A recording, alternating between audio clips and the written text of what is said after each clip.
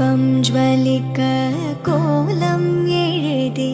மங்கள வாழ்த்து சேர்ந்து வர சுமங்கலி மாதர் ஆரத்தி எடுக்க மனவரை